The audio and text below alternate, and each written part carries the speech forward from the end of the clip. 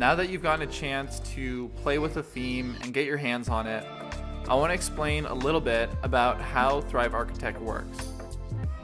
So the way this tool works is the sidebar is going to be your best friend. And on the right-hand side is the visual editor. So here is always going to be what your site looks like live. And the sidebar is where we can add new elements. Or if we click on an element, so right now I'm clicking on heading, we can change the different settings for that element. And all of these settings you see here are going to be common for different elements. So for example, right now we clicked on the heading, and you'll see layout and position, background style, borders and corners. And now I'm going to click on an image. And as you can see, there's layout and position, borders and corners, and some other similar ones. But there also are some different ones. So for example, we have image options and image effects.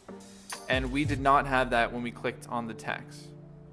So that's why this is a tool that can seem more complicated when you're just getting started. Because with every element, you might think that, oh, there's 10 new boxes, I have to learn how they work. But really, there aren't that many different options. A lot of these are going to be the same options you see on every single element. But then for each element, if there's any specific options, such as button options, then you'll see that when you click on the element. So again, this is something that if you're just in your head too much and you're just listening to me talk, you're going to forget. And it could feel overwhelming. But as soon as you start playing with this yourself and you open up some of these options, it's going to make a lot of sense and it's going to click really quickly.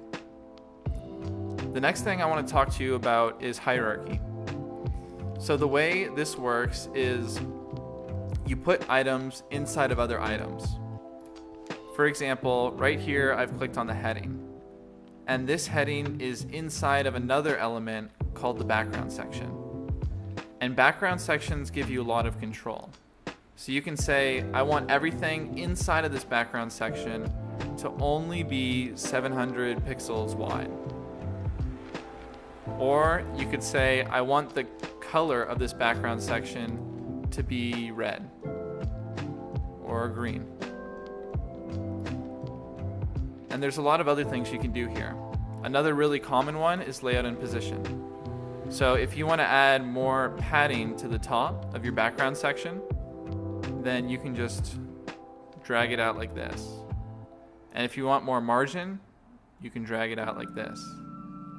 And I'm just clicking and dragging up or dragging down. Or of course, you can type in the exact number of pixels that you want. And one thing that I always got confused with is what is the difference between margin and padding? And rather than show you with a diagram picture, I recommend you just open up Thrive Architect and add 100 padding, see what happens, add 100 margin, see what happens, and you'll immediately understand the difference. And a few other options you have on your sidebar here are if you want to edit for a mobile device, or at least see what your website looks like on a mobile device, you can click on this button and then click on tablet, or this button and click on mobile. Now, Thrive Architect does some really cool stuff when it comes to editing for mobile devices that I'll share with you in later videos. But for now, I just want to help you get familiar with this plugin. So I'm going to go back to desktop. And then here, this button will take you to page setup, which you can also find by clicking on the gear icon and clicking on template setup. And you just have all these different options about exporting this landing page so you can reuse it on a different page on your site or on a different website altogether if it's running Thrive Architect. And then you have some other options in the settings. You can edit your own HTML, you can add custom CSS, and do a few other things.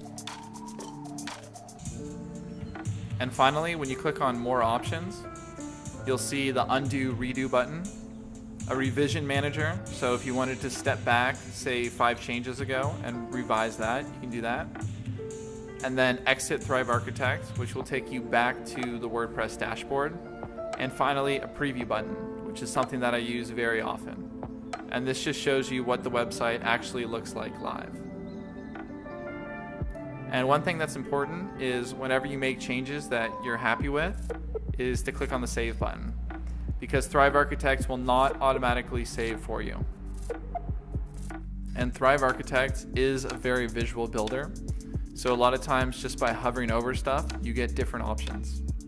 Such as if you wanted to drag different items around and put them in different areas, you can do that depending on the element.